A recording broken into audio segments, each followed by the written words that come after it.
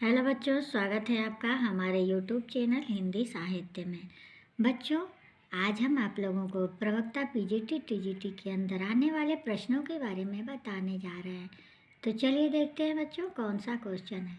इसकी पिछली वीडियो में बच्चों हमने 60 तक बनाया था, 61 से फिर शुरू कर रहे हैं।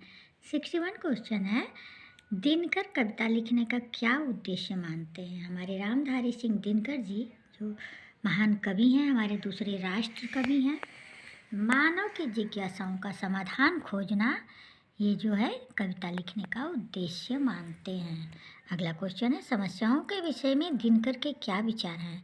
तो समस्याओं के विषय में दिनकर जी के क्या विचार हैं। समस्याओं की ओर संकेत करना, बी है समस्याओं का निदान प्रस्तुत करना, सी है समस्याओं की उत्पत्ति के कारण खोजना।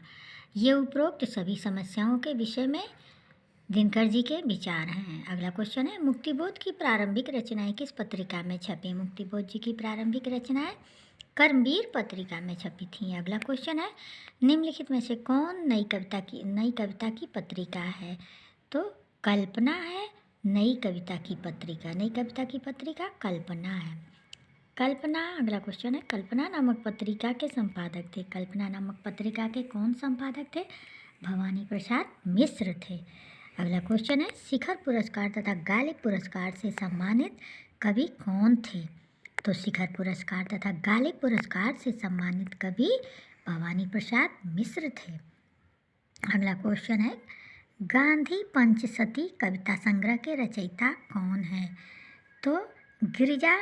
तो भवानी प्रसाद मिश्र जो है गांधी पंचसती कविता संग्रह के रचयिता हैं। अगला क्वेश्चन है, गगनांचल नामक पत्रिका के संपादक का नाम है।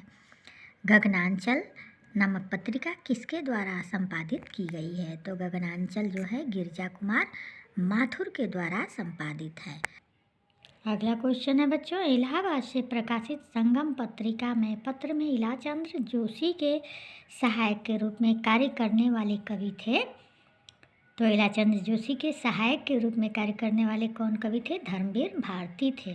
अगला क्वेश्चन है, शब्दों का अजायब घर किस कविता का विशेषण है। शब्दों का अजायब घर नई कविता की विशेषता है।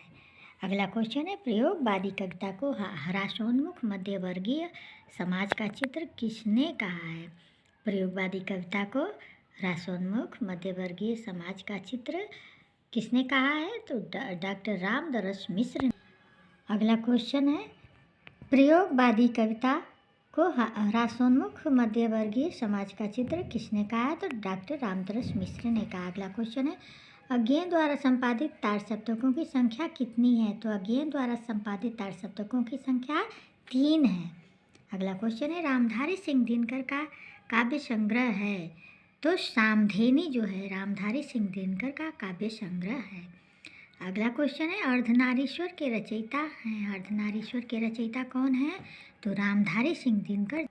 अगला क्वेश्चन है, अज्ञेय की रचना नहीं है। तो इसमें अज्ञेय की रचना दूध बतासा जो है अज्ञेय की रचना नहीं है। बाकी हरी घास पर क्षण भर, आंगन के पार द्वार, सुनहले शैवाल, ये सारी रचनाएं जो हैं अज्ञेय जी की हैं। और दूध बतासा जो है इनकी रचना नहीं है।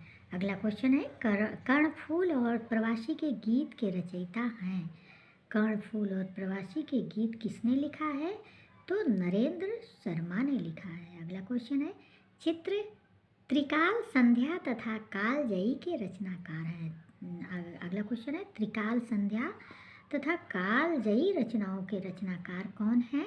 तो भवानी प्रसाद मिश्र हैं। अगला क्वेश्चन है, नई कविता के किस कवि को बचपन से ही विद्रोही स्वभाव का माना जाता है। नई कविता के किस कवि को बचपन से ही विद्रोही स्वभाव का माना जाता है। तो किसे माना जाता है।